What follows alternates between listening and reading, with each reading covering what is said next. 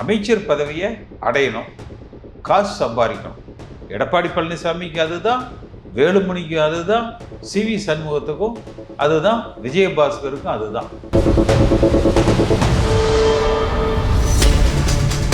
10 தோல்வி ஆயிடுச்சு.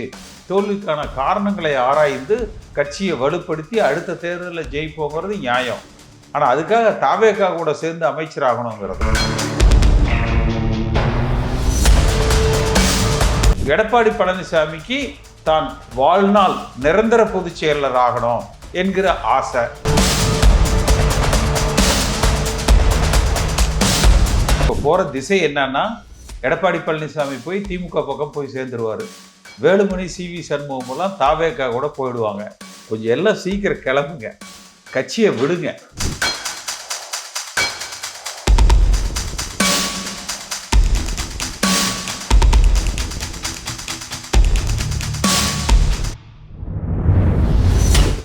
வணக்கம் நேர்களே, நான் உங்கள் கார்த்திக். நம்முடைய சிறப்பு நேர்காணலில் முன்னாள் எம்பி கேசி பழனிசாமி இணைந்திருக்கிறார். அவரிடம் விரிவாக பேசலாம். வணக்கம் சார். வணக்கம் சார். நேற்று எஸ்பி வேலுமணி ஒரு அறிக்கை கொடுத்திருக்காரு எடப்பாடி பழனிசாமிக்கு எதிராக. இவ்வளவு தோல்விக்கு அப்புறமா நீங்க பாடம் கத்துக்காம எல்லாரையும் கட்சியில விட்டுட்டே நீக்கிட்டு இருக்கீங்களே, எல்லாரையும் வாங்க வாங்கன்னு அரவணைக்க பாருங்க அப்படின்ட்டு ஒரு கோரிக்கை வச்சிருக்காரு. அவரோட கோரிக்கை எப்படி பாக்குறீங்க? எடப்பாடி செயல்பாடை எப்படி பாக்குறீங்க? இல்லை, இதே கோரிக்கையை தானே நான் வச்சேன். 2024 நாடாளுமன்ற தேர்தல் முடிஞ்ச உடனே கட்சி ஒன்றுபடுத்தப்படாவிட்டால் வருகிற சட்டமன்ற தேர்தலில் 2026 வெற்றி பெற முடியாது என்ற கோரிக்கையை நான் வைத்தேன். அதுக்கு எடப்பாடி பழனிசாமி தெருவில் போகிறவங்க சொல்கிறதெல்லாம் நான் கேட்க முடியாதுன்னு சொல்லிட்டு இன்னைக்கு அவர் தெருவில் நிற்கிறாரு. அன்னைக்கு எடப்பாடி பழனிசாமி இப்படி சொல்கிற பொழுது வேலுமணி அவருக்கு பக்கத்தில் தான் நின்றுட்டு இருந்தார். அப்போவே அண்ணே, அவங்க சொல்கிறது நியாயம், நம்ம கட்சியை ஒன்றுபடுத்துவோன்னு சொல்லியிருக்கலாம். இதே கருத்தை தான் செங்கோட்டையன் சொன்னார். அவரை கட்சி விட்டு நீக்கினாங்க. அந்த நீக்கிற முடிவு எடுத்ததில் வேலுமணியும் இருக்காரு, சிவி சண்முகமும் இருக்காரு. அதற்கு பிறகு செங்கோட்டையனை கடுமையாக விமர்சித்தாங்க. வேலுமணியும் விமர்சித்தார், சிவி சண்முகம் விமர்சித்தார். இன்றைக்கு ஒன்று எடப்பாடி பழனிசாமி வெற்றி பெறலை ஆட்சி அமைக்கிற பலத்தோட, அடுத்து திமுகவோட கூட்டணி சேர்ந்து ஆட்சி அமைப்பதற்கு வேலுமணி, தங்கமணி, சிவி சண்முகம், எடப்பாடி பழனிசாமி எல்லோரும் சேர்ந்து முயற்சி செஞ்சாங்க. அதை கம்யூனிஸ்ட் ஒத்துக்கல. அடுத்து திருமாவளவனை முதலமைச்சராக வச்சு இவங்கெல்லாம் அமைச்சராகிறதுக்கு முயற்சி செஞ்சாங்க. அதுக்கு எடப்பாடி பழனிசாமி ஒத்துக்கல. இப்போ விஜய் தாவேகா ஆட்சி அமைக்கிறதுக்கு நாங்கள் ஆதரவு அளிக்கிறோம் என்று சொல்றாங்க. அதை கேட்டால் என்னங்கிறாருன்னா, அவர்கள் பெரும்பான்மை பெற்றிருக்கிறாங்க, அதனால தார்மீக அடிப்படையில் அவங்களுக்கு மக்கள் மேண்டேட் கொடுத்துருக்குறாங்க, அந்த அடிப்படையில் ஆதரிக்கிறோங்கிறாங்க. ஆனால் நீங்கள் எந்த கட்சியில் நின்று ஜெயிச்சிங்க? சரி, பெரும்பான்மை பெற்றவர்கள் ஆதரிக்கிறோன்னா அப்புறம் போன தடவை திமுக ஆதரிச்சிருக்கலாம்ல. 2021 திமுக தானே பெரும்பான்மை பெற்றது. அப்போ அவங்கள நீங்கள் ஆதரிச்சிருக்கலாம்ல. அப்போ இவர்களது நோக்கம் என்பது அமைச்சர் பதவியை அடையணும், காசு சம்பாதிக்கணும். எடப்பாடி பழனிசாமிக்கு அதுதான், வேலுமணிக்கு அதுதான், சிவி சண்முகத்துக்கும் அதுதான், விஜயபாஸ்கருக்கும் அதுதான்.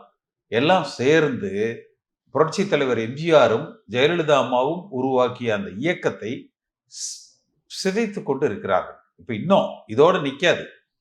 வேலுமணியும் சிவி சண்முகமும் கிட்டத்தட்ட தேர்தல் ஆணையத்துக்கு எல்லா பொதுக்குழு செயற்குழு உறுப்பினர்கள்ட்ட கடிதம் வாங்கியிருக்காங்க. இப்போ எடப்பாடி பழனிசாமி அதை வாங்கிட்டு இருக்காரு. அதுக்கு பெரிய தொகை நிர்வாகிகளுக்கு கொடுக்கப்படுது. அதே மாதிரி தேர்தல் ஆணையம், நீதிமன்றம் எல்லா பக்கம் போகிறதுக்கு இவங்க தயாராக இருக்கிறாங்க. அப்போ கட்சியை மீண்டும் ஒரு பிளவை உண்டாக்குவதற்கு, மேலும் பலகீனப்படுத்துறதுக்கு இதை செய்கிறாங்க. இவங்க 10 தோல்வி ஆயிடுச்சு, தோல்விக்கான காரணங்களை ஆராய்ந்து கட்சியை வலுப்படுத்தி அடுத்த தேர்தலில் ஜெயிப்போங்கிறது நியாயம்.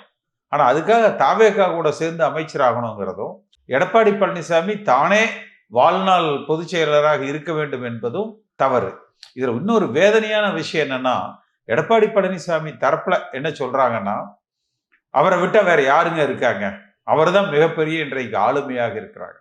இதே எடப்பாடி பழனிசாமி ஜெயலலிதா அம்மா காலத்துல இப்படி ஒரு ஆள் இருக்காருன்னு வெளியே தெரியுமா? அந்த பதவியில உட்கார்ந்தா யாருக்கு வேணாலும் உங்களுக்கு அந்த பவர் வந்துடும். அந்த பதவியில உட்கார்ந்ததுக்கு அப்புறம் அவர் சரியாக செய்கிறாரான்னு பார்க்கணும். பதவியில உட்கார்ந்ததுக்கு அப்புறம் அதிமுக கட்சியை பொறுத்த வரைக்கும் எல்லோரையும் அனுசரித்து, யாருக்கும் மனம் கோணாமல் எல்லோரையும் அனுசரித்து கட்சியை வழிநடத்தி இருந்தாலே இன்னும் 100 ஆண்டுகளுக்கு தேர்தலில் வெற்றி பெறலாம். எடப்பாடி பழனிசாமிக்கு தான் வாழ்நாள் நிரந்தர பொதுச் செயலர் ஆகணும் என்கிற ஆசை.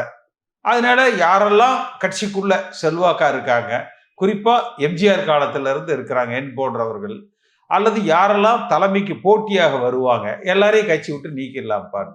அப்படி நீக்கினதனுடைய விளைவு 45% வாக்கு வங்கி இப்ப 22% ஆயிருக்கு. பாதிக்கு பாதியா குறைஞ்சிருக்குது. இப்ப என்ன பண்றாங்க, மறுபடியும் அதுல பாதிய பிச்சை எடுக்கிறதுக்கு போட்டி நடக்குது. அப்ப இந்த சுயநலவாதிகளை எல்லாம் ஒதுக்கி தள்ளிட்டு என் போன்ற எம்ஜிஆர் காலத்து தொண்டர்கள் இந்த இயக்கத்தை காப்பாற்ற நினைக்கிறோம். பெரும்பான்மையான தொண்டர்கள் ஆதரவு எனக்கு இருக்கு, எங்க பக்கம் இருக்கு. நிச்சயமாக தொண்டர்களால் ஒரு தலைமை உருவாக்கப்படுகிற பொழுது வலிமையான இயக்கமாக அதிமுகவை எங்களால் கட்டமைக்க முடியும். இப்போ உங்களை மாதிரி நலமிருமிகள் நிறைய பேர் கட்சிக்கு விட்டு வெளியே இருக்கிறீங்க. உங்களோட எதிர்பார்ப்புகள் என்ன மாதிரி இருக்கு? இப்போ எடப்பாடியோ இல்ல எஸ்பி வேலுமணியோ என்ன விஷயம்? எங்களுக்கு எந்த எதிர்பார்ப்பும் இல்லை. இவங்கெல்லாம் முடிஞ்சா அநேகமா இப்ப போற திசை என்னன்னா, எடப்பாடி பழனிசாமி போய் திமுக பக்கம் போய் சேர்ந்துருவாரு. வேலுமணி, சி.வி. சண்முகம் எல்லாம் தாவேக்கா கூட போயிடுவாங்க. கொஞ்சம் எல்லாம் சீக்கிரம் கிளம்புங்க, கட்சியை விடுங்க.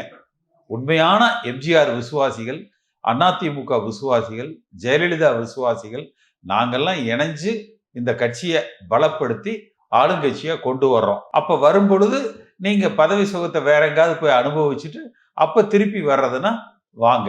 கட்சியை உங்க சுயநலத்துக்காக சிதைக்காதீங்க. சார், இப்பவும் எடப்பாடி பழனிசாமி இந்த சி.வி. சண்முகம் உள்ளிட்ட எல்லாரையும் பதவியில இருந்து தூக்கி இருக்காரு. அவருக்கு உண்மையில அந்த பவர் இருக்கா? பொதுச் செயலாளருக்கான பதவிக்கான ரைட்ஸ் இன்னமும் இருக்குதா, இல்ல அது அதான் உங்களுக்கு முன்னாடியே சொன்னேன். இந்த கேள்விகள்ல இனி நீதிமன்றத்துக்கு போகும், தேர்தல் ஆணையத்துக்கு போகும், ஹைகோர்ட்ல ஆரம்பிச்சு சுப்ரீம் கோர்ட் வரைக்கும் போய் வரும். இதெல்லாம் வர்றதுக்குள்ள ஒரு 4-5 வருஷம் ஆயிடும். விஜய் ஒண்ணு இவங்களுக்கு பதவி கொடுக்க போறதில்லை. எல்லாம் சேர்ந்து இயக்கத்தை சிதைக்கிற பணியைத்தான் செஞ்சுட்டு இருக்காங்க. சார், இப்பவே ஒவ்வொரு மாவட்டத்திலையும் மாவட்ட அலுவலகங்கள் பூட்டு போட்டுட்டு வராங்க. 2 பக்கம் ஆதரவாளர்கள் மாறி மாறி சண்டை போடுறதுனால மறுபடியும் கட்சி ஒரு முடக்கம், இரட்டை இலை முடக்கம், அதான் 2 தரப்புலையும் போடுவாங்க, 2 தரப்புலையும் நீக்குவாங்க. அடுத்து நான் தான் சொன்னேன் உங்களுக்கு, எல்லா பக்கம் போய் அஃபிடவிட் வாங்குறாங்க, கடிதங்கள் வாங்குறாங்க. தேர்தல் ஆணையத்துக்கு போய் நாங்க தான் உண்மையான அதிமுகன்னு கேட்பாங்க. ஆனா எல்லாரும் ஒன்ன மறந்துடுறாங்க. என்னுடைய வழக்கு தேர்தல் ஆணையத்தில் இருக்கு. அதாவது இதுக்கு முன்னாடி சட்டமன்ற தேர்தலுக்கு முன்பு சென்னை உயர்நீதிமன்றம் சீக்கிரமா அதை விசாரித்து முடிவு சொல்ல சொல்லி தீர்ப்பு கொடுத்துருக்காங்க. எல்லாம் அதிலிருந்து ஓபிஎஸ் புகழேந்தி மற்றவர்கள் எல்லாம் வெவ்வேறு கட்சிக்கு போயிருக்காங்க. நான் எங்கேயும் போகல. என் பெட்டிஷன் உச்ச நீதிமன்றத்தில் இருக்கு, தேர்தல் ஆணையத்தில் இருக்கு. அதனுடைய பிரதான கோரிக்கை என்பது அடிப்படை தொண்டர்களால் அதிமுக தலைமை தேர்ந்தெடுக்கப்பட வேண்டும். நிச்சயமாக அதுல நாங்க வெற்றி பெறுவோம்.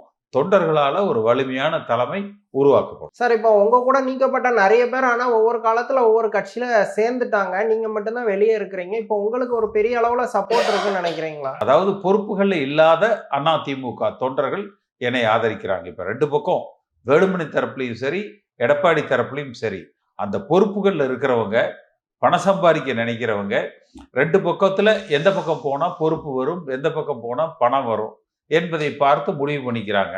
உண்மையான அதிமுக தொண்டர்கள் பார்த்தீங்கன்னா இந்த இயக்கம் காப்பாற்றப்பட வேண்டும், வலிமைப்படுத்தப்பட வேண்டும் என்று நினைக்கிறாங்க. அவங்க தான் பெரும்பான்மையா இருக்காங்க. பொதுவா இதுக்கு முன்னாடி அதிமுகல வந்த பிரச்சனை ஒவ்வொரு விஷயத்துக்கும் பிஜேபி ஏதோ ஒரு வகையில காரணமா இருந்துச்சு. இந்த பிரச்சனைக்கு பிஜேபி காரணமா இல்ல விஜய் தரப்பு தான் காரணமா? நல்ல வேலை கேட்டீங்க.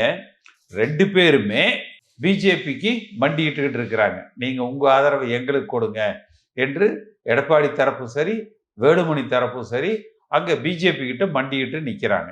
என்னதான் அதிமுக தோல்வியை சந்திச்சா கூட இந்த 26 தேர்தல் வரைக்குமே தமிழக அரசியல் களம் டிஎம்கே வெஸ் ஏடிஎம்கே தான் இருந்தது. இப்போ அது டிவிகே வெஸ் இல்ல. அப்படி இருந்ததாக எல்லோரும் நம்பிக்கிட்டு இருந்தாங்க. ஆனா தேர்தல் முடிவுகள் தான் சொல்லி இருக்கு உங்ககிட்ட இல்ல, நீங்க 2 பேரும் தவறு.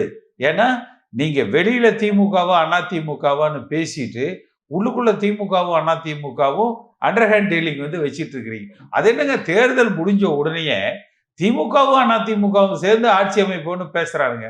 நான் என்னோட சமூக வலைதளத்துல போட்டிருப்பேன். 17 லட்சம் அதிமுக தொண்டர்கள் அந்த கருத்தை ஏற்றிருக்கிறாங்க. 17 லட்சம், ட்விட்டர்ல 1 லட்சம், 18 லட்சம் பேர் அந்த கருத்தை வந்து ஏத்திருக்காங்க. திமுக கூட கூட்டணி வைக்கலாம் அப்படிங்கிற முடிவு எடப்பாடி மட்டும் எடுத்தாரா, இல்ல அதுக்கு வேலுமணி, சி.வி. சண்முகம் உள்ளிட்ட தங்கமணியோட பையன், வேலுமணியோட பையன், எடப்பாடி பழனிசாமி பையன் 3 பேரும் போய் உதயநிதி பார்த்து பேசியிருக்காங்க. நான் இதை வந்து 3 நாளைக்கு முன்னாடி சொன்னேன். செவ்வாய்க்கிழமை காலையிலேயே நான் இதை வந்து சொன்னேன். இன்னைக்கு ஆதவ அர்ஜுனா அதை பத்தி பேசியிருக்காப்ல. ஆனா சி.வி. சண்முகம் அதை தான் முக்கிய குற்றச்சாட்டாவே எடப்பாடி மேல வைக்கிறாரு. டிஎம்கே கூட சேர்ந்து ஆட்சி அமைக்கலாம்லாம் அவர் நம்பினாரு. அதனாலதான் அவருக்கு எதிராக நாங்க கலகம் பண்றோம்லாம் சொல்றாரு. அப்புறம் ஆனா அவருமே அதுக்கு சப்போர்ட் பண்ணதான் செஞ்சாரா? இல்ல, இவங்க அப்படி ஒரு முயற்சி செய்தது உண்மை.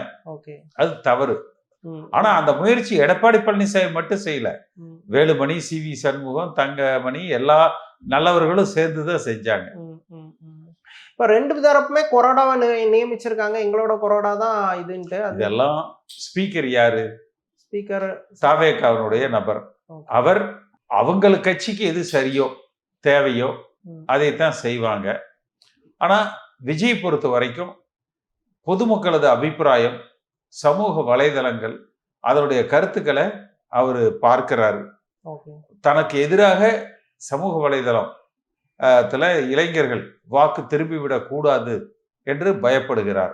அதனால இவர்களை அவர் அமைச்சரவையில் சேர்த்துவதற்கான வாய்ப்பு மிக குறைவாக இருக்குதுன்னு தான் நான் பார்க்கிறேன்.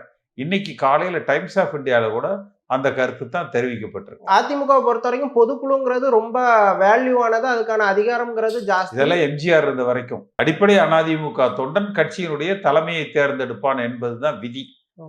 இவங்க வந்துதான் இந்த எதுக்கு அடிப்படை தொண்டன் அதெல்லாம் வேணாம், நம்ம ஒரு 1000 பேர் நமக்கு வேண்டுவங்களை நம்ம நியமிப்போம், அந்த 1000 பேர் திருப்பி நம்மளை நியமிக்கிட்டோம்னு மாத்துனாங்க.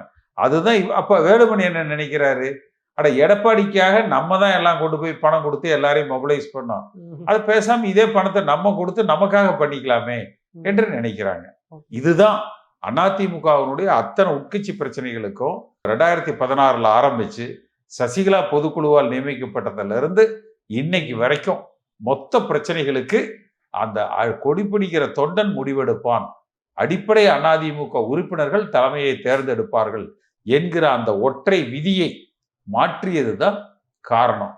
அதனாலதான் நான் வந்து 10 வருஷமா 2016 சசிகலா தேர்ந்தெடுக்கப்பட்ட காலத்திலிருந்து இன்றைக்கு வரைக்கும் தொண்டர்களால தான் தலைமை உருவாக்கப்பட வேண்டும் என்று போராடிட்டு. ஒருமித்த பொதுக்குழு திரும்ப கூட்டப்பட வாய்ப்பு இருக்கா? கூட்டப்பட்டா அதுல என்ன மாதிரியான முடிவுகள் எடுக்கப்படலாம்? பார்ப்போம் என்ன நடக்குது. இப்ப 2 பேரும் தனித்தனியா கடிதங்கள் வாங்கிட்டு இருக்கிறாங்க. என்ன இவங்க சுயநல அரசியல் எந்த அளவுக்கு போகுதுன்னு பார்ப்போம். ஓகே சார், தமிழ்நாடு அரசியல் குறித்து பல விஷயங்களை விரிவா பேசுனீங்க. ரொம்ப நன்றி.